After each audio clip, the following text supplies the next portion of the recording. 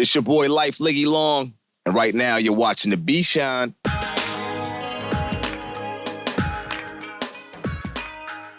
Me coming up, I lived in like the urban suburban, you know what I'm saying? Like if you know Jamaica, Queens, like where Tribe Called Quest came from, I lived in like the next town over, you know what I'm saying, in Queens, in Jamaica, Queens, in Cambria Heights. So, you know, the schools that we had, it was like, you know what I mean, the handball courts. DJs were always hitting up the handball courts. There was always things going on like Linden Boulevard. And then you had like mad crews that just, like just battle crews that would come out like for block parties. Heads would come out, you know what I'm saying, the box covers or whatever, the cardboard to do their breakdancing on. So that just inspired me just going to these block parties as a kid, watching Video Music Box coming up. Just like the graffiti, just painted on the handball course. That was crazy. Plus, I'm from Queens also, where there was a crew called Shirt Kings, you know what I'm saying, that was like actually airbrushing on like clothes. So it's just everything from just like, you know what I mean, coming up in my neighborhood, like just seeing like the fashion to the dancing to just, it was live. It was live. Queens was definitely popping, you know what I'm saying, in the 80s. One of them was when my pops took me uptown Harlem, 125th Adam Clayton Boulevard. WBLS had their van out there. Back then, you know, like they would go out and like promote records and stuff like that. And we went over to the van and I got 2 pieces of vinyl, Sugar Hill Gang record, and I got some other like kind of R&B joint. You know, I took it home and tried to scratch, you know what I'm saying, on their old record player.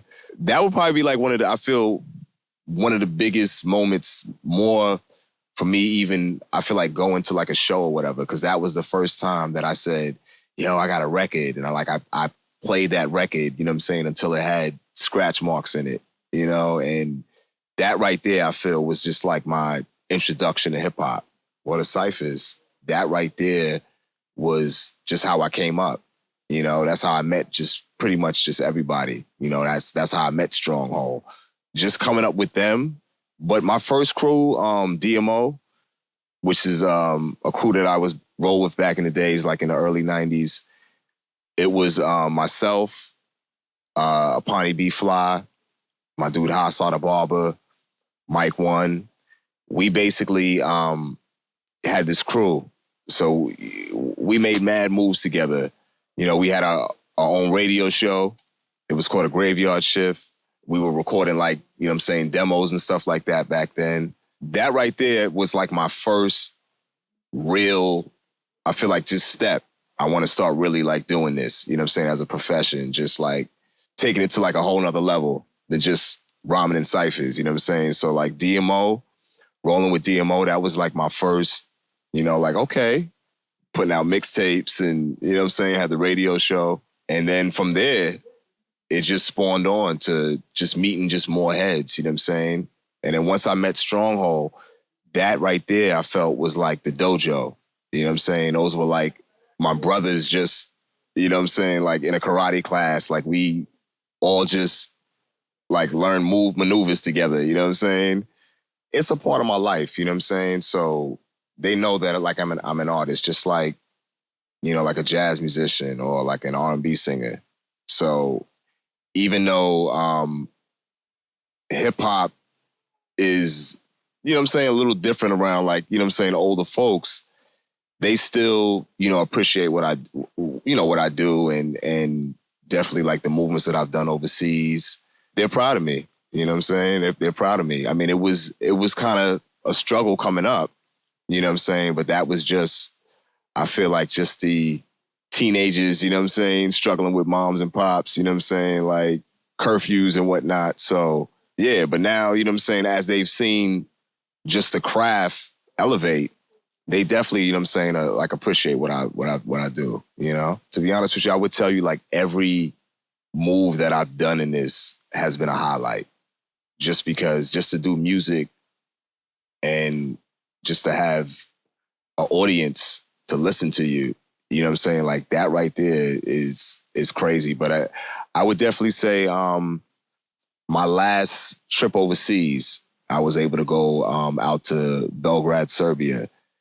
And I went out there for Dolo and performed, like 2 different shows, did radio out there, recorded joints.